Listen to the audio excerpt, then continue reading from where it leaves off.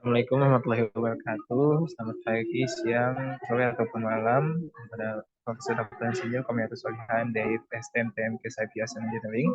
Kenalkan kami dari kelompok 7 mata kuliah etika profesi Departemen Teknik Industri. Izinkan kami untuk mempresentasikan mengenai hasil makalah dari kelompok kami mengenai pengaruh intra-group konflik terhadap performance atau effectiveness team. Selanjutnya terdapat perkenalan dari kelompok 7. Baik, perkenalkan, nama saya Muhammad Fajar Aldiansyah dengan NIM 21506071111022. Mungkin bisa dilanjut dengan anggota kelompok yang lain.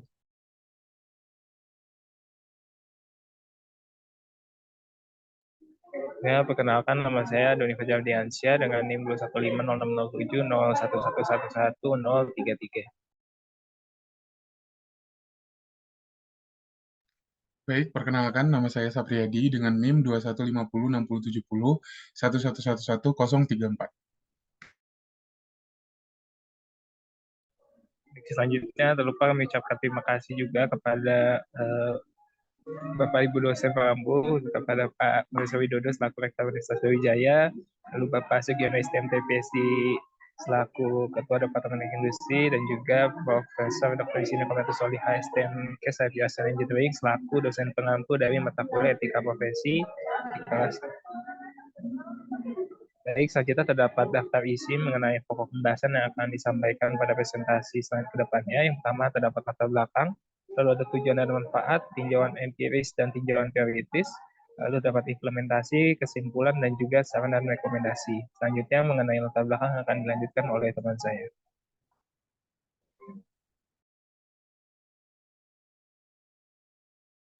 Baik, untuk bagian latar belakang, jadi di sini ngebahas terkait yang pertama adalah organisasi. Jadi sebuah organisasi atau instansi dibentuk dengan berbagai tujuan yang ditetapkan. Nah, di mana pencapaian tujuan instansi dapat terjadi apabila dapat mengolah, manajemen itu dapat mengolah, menggerakkan, dan menggunakan sumber daya yang dimilikinya, termasuk sumber daya manusia dengan cara efektif dan efisien.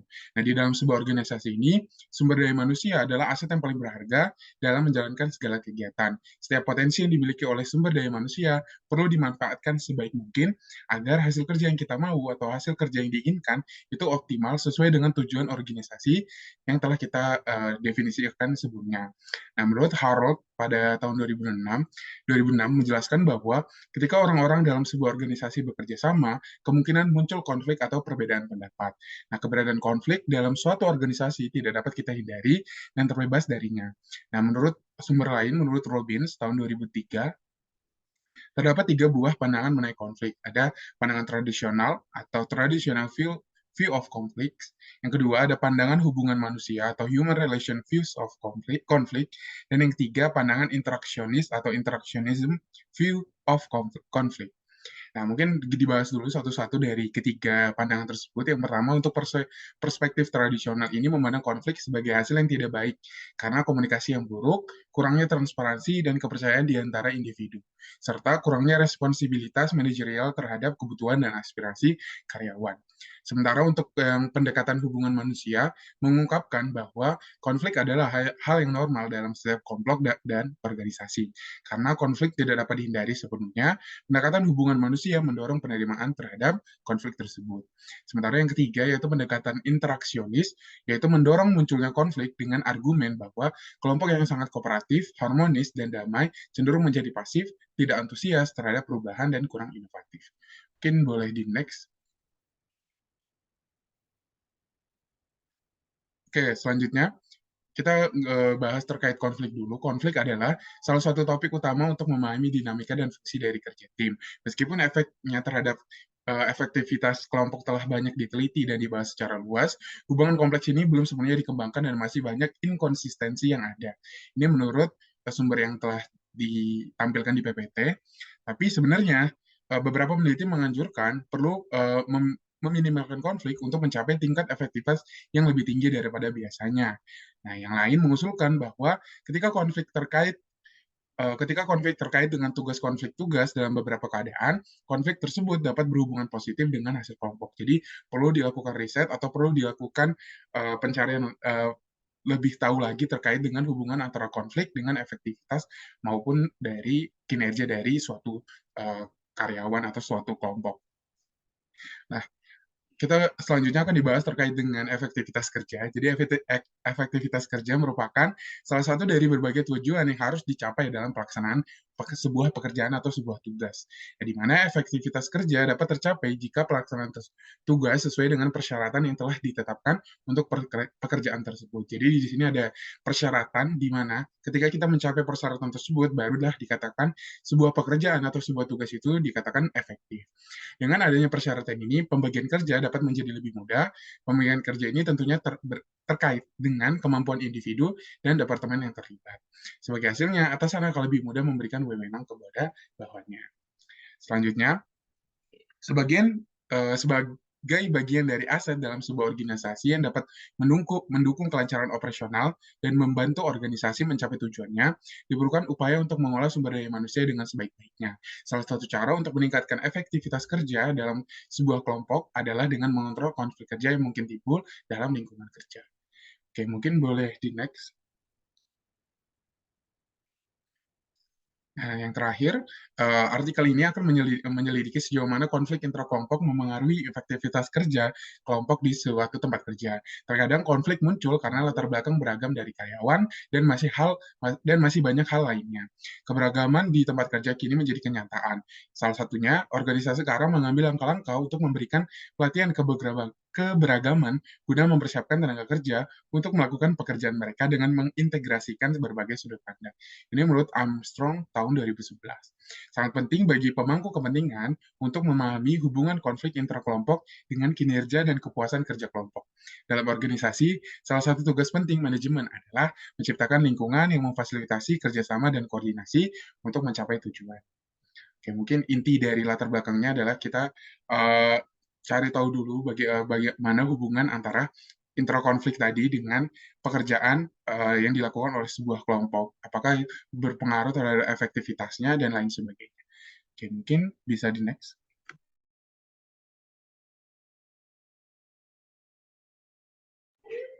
Baik, untuk selanjutnya terdapat tujuan penelitian. Yang pertama yang memiliki tujuan sebagai berikut ini untuk mengetahui serta mengidentifikasi mengenai jenis-jenis, klasifikasi, serta dampak dari suatu konflik kelompok. Lalu dapat mengetahui juga mengenai faktor-faktor yang terlibat di antara konflik intragrup dalam kelompok. Lalu mengetahui juga apakah terdapat pengaruh antara konflik intragrup terhadap kinerja suatu tim, lalu efektivitas. Lalu untuk manfaat penelitiannya sendiri, ini dapat mampu mengetahui serta mengidentifikasi jenis-jenis klasifikasi serta dampak dari suatu konflik yang berkelompok, lalu juga mampu mengetahui faktor-faktor yang terlibat antara konflik intragrup, serta mampu mengetahui apakah terdapat pengaruh antara konflik intragrup terhadap kinerja dari suatu tim. Untuk selanjutnya terdapat tinjauan empiris akan dibahas oleh teman saya. Baik, untuk tujuan empiris dari makalah ini, jadi sebelum kita bahas ada beberapa penelitian yang telah dilihat sebelum membuat makalah ini. Jadi tinjauan empiris adalah tinjauan dari sebuah penelitian yang sebelumnya telah dilakukan untuk dijadikan referensi. Nah, untuk yang tinjauan yang pertama itu pada Nurmianti tahun 2022 dengan judulnya itu pengaruh manajemen konflik terhadap kinerja pegawai di Kecamatan Mamuju. Nah, hasil dari penelitiannya itu terdapat pengaruh signifikan antara manajemen konflik dengan kinerja pegawai yang ada di Kecamatan Mamuju.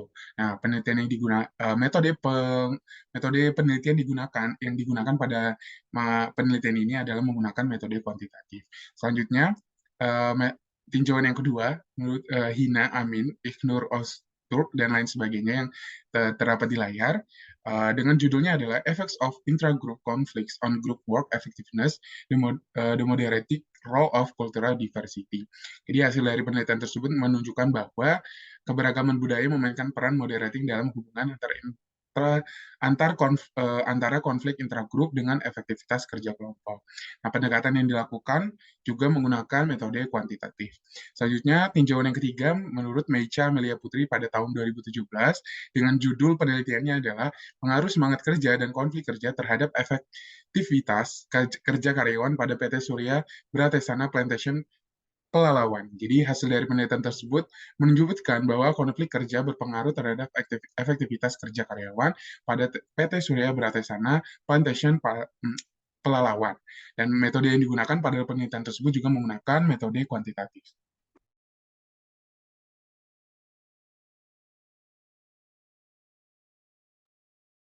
Baik, selanjutnya terdapat tinjauan teoritis mengenai penelitian kami. Yang pertama mengenai manajemen konflik. Terdapat sumber dari Edelman FJ pada tahun 97 menegaskan bahwa jika konflik dikelola secara sistematis, ini akan dapat berdampak positif, yaitu memperkuat hubungan kerjasama, meningkatkan kepercayaan dan harga diri, mempertinggi kreativitas dan produktivitas, dan juga meningkatkan kepuasan kerja. Begitupun sebaliknya jika tidak dikoordinasi atau dikelola dengan baik. Selanjutnya, manajemen konflik ini berguna dalam mencapai tujuan yang diperjuangkan dan menjaga hubungan-hubungan pihak-pihak yang terlibat konflik tetap baik.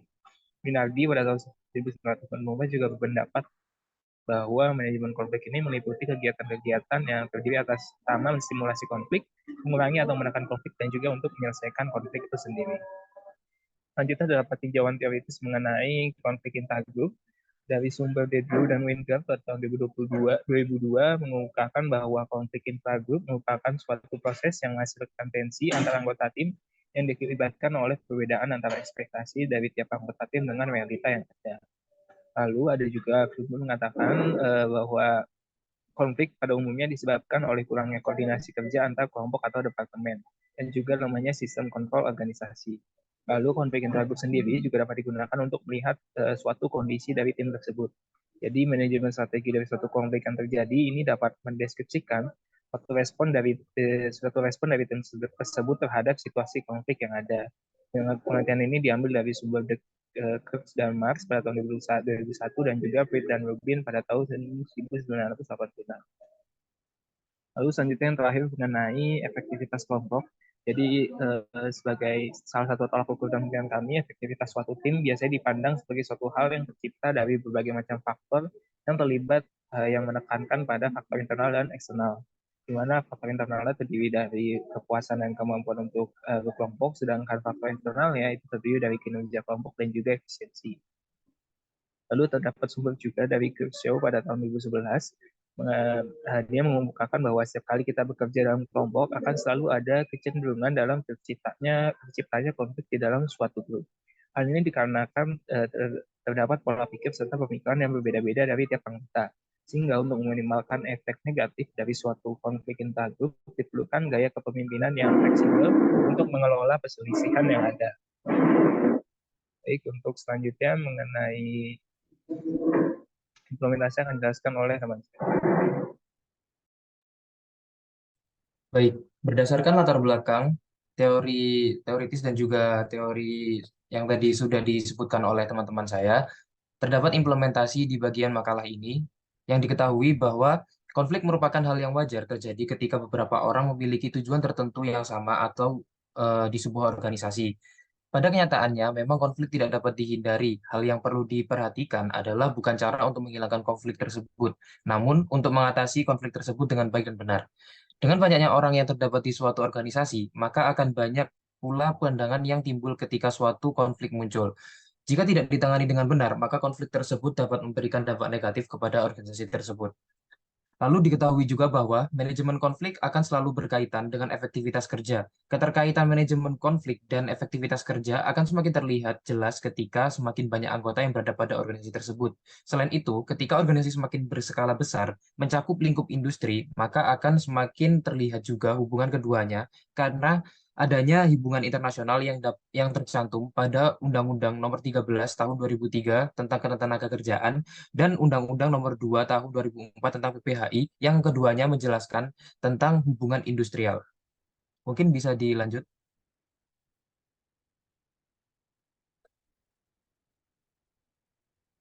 Selanjutnya, setelah implementasi ada bab penutupan, yang dimana yang pertama yaitu ada kesimpulan.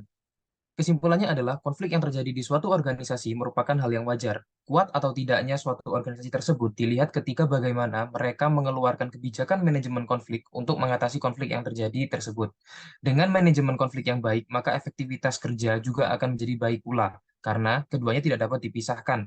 Efektivitas kerja akan menurun ketika konflik yang terjadi tidak dapat dikelola dengan baik atau bahkan menjadi semakin buruk, yang nantinya akan menjadikan masalah itu semakin merambat luas.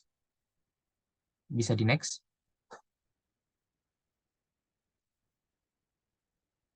Lalu untuk saran, yang pertama yaitu ada studi kasus komprehensif, di mana studi kasus komprehensif ini Lebih tepatnya adalah melakukan studi kasus yang lebih mendalam pada berbagai jenis organisasi dan tim dengan tingkat kompleksitas yang berbeda untuk memahami lebih baik konteks dan dampak konflik dalam tim. Lalu yang selanjutnya yaitu ada analisis jangka waktu panjang, di mana ini dimaksudkan untuk kita lebih menyelidiki bagaimana konflik yang terjadi itu dapat berdampak waktu yang panjang, bukan hanya jangka pendek. Lalu yang ketiga itu ada mempertimbangkan faktor-faktor kultural. Dan juga yang terakhir yaitu ada pengaruh gaya kepemimpinan atau kita lebih harus memperhatikan gaya kepemimpinan. Mungkin bisa di next. Selanjutnya, pada bagian terakhir bab 3 atau penutupan, yaitu ada rekomendasi. Di mana yang pertama yaitu rekomendasinya adalah penguatan manajemen konflik. Yang di mana organisasi perlu meningkatkan kemampuan manajer dan juga pemimpin yang ada dalam organisasi tersebut itu untuk mengenali, mencegah, dan mengelola konflik dalam tim dengan efektif. Lalu yang kedua, yaitu ada pengembangan keterampilan komunikasi, di mana tim perlu dilengkapi dengan keterampilan komunikasi yang kuat supaya komunikasi ini dapat dijalankan dengan lancar sehingga tidak ada kesalahpahaman dan juga dapat memanajemen konflik tersebut. Lalu yang ketiga itu ada pemahaman yang lebih baik tentang perbedaan, di mana tim harus memahami dan menghargai perbedaan antar anggota, baik dalam keahlian, pengalaman, maupun perspektif. Lalu selanjutnya yaitu ada peran pemimpin yang mendukung, di mana pemimpin tim harus berperan sebagai mediator ketika sebuah konflik itu terjadi, sehingga konflik tersebut dapat di manage dengan baik. Lalu selanjutnya itu yang terakhir ada penghargaan terhadap keragaman, di mana organisasi dapat merancang program penghargaan dan insentif yang memotivasi tim untuk bekerja sama meskipun adanya perbedaan dan konflik yang timbul. Mungkin bisa di next.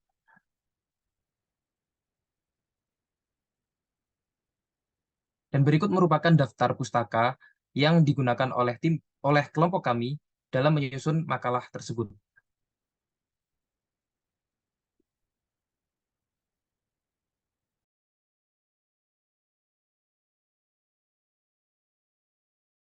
Baik, sekian merupakan pemaparan mengenai penelitian kami mengenai konflik Kitagut terhadap efektivitas dari suatu tim.